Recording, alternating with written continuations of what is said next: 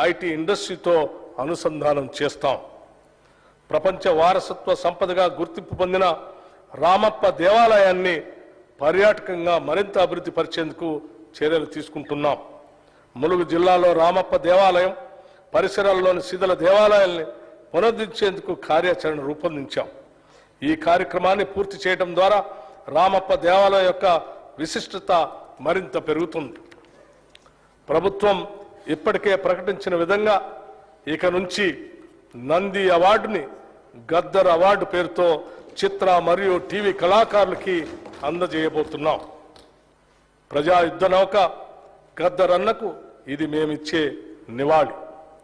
గద్దర్ అన్నను గౌరవించుకోవటం అంటే తెలంగాణ సంస్కృతిని ప్రగతిశీల భావజాలంతో సమాజాన్ని చైతన్యపరిచే ప్రజా కవుల్ని ప్రజా గాయకుల్ని గౌరవించుకోవటమే. అందుకే ఇక నుంచి గద్దర్ అవార్డులు తెలంగాణ కళాకారుల కీర్తి పతాకను ప్రపంచానికి చాటి చెప్తాయి. రాష్ట్రంలోని వివిధ అసెంబ్లీ నియోజకవర్గాల పరిధిలో సత్వర అభివృద్ధి సాధించేందుకు ప్రజా అవసరాలను గుర్తించి